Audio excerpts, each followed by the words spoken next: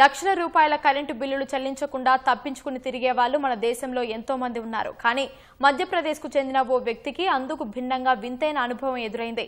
సాత్నా జిల్లా కోతి పట్టణానికి చెందిన పీయూష్ అగర్వాల్ కు 12 రూపాయలు కరెంటు బిల్లు పెండింగ్ లో ఉందని పేర్కొంటూ విద్యుత్ శాఖ ఏకంగా లీగల్ నోటీస్ పంపింది.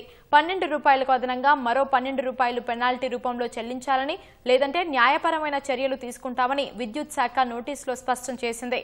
ఈ విషయంపై విద్యుత్ శాఖను సంప్రదించగా నోటీసు పొరపాటున వచ్చి ఉంటుందని వివరణ ఇచ్చారు.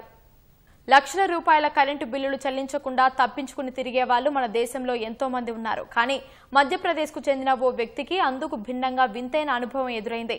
సాత్నా జిల్లా కోతి పట్టణానికి చెందిన పీయూష్ అగర్వాల్ కు 12 రూపాయలు కరెంటు బిల్లు పెండింగ్ లో ఉందని పేర్కొంటూ విద్యుత్ శాఖ ఏకంగా లీగల్ నోటీస్ పంపింది.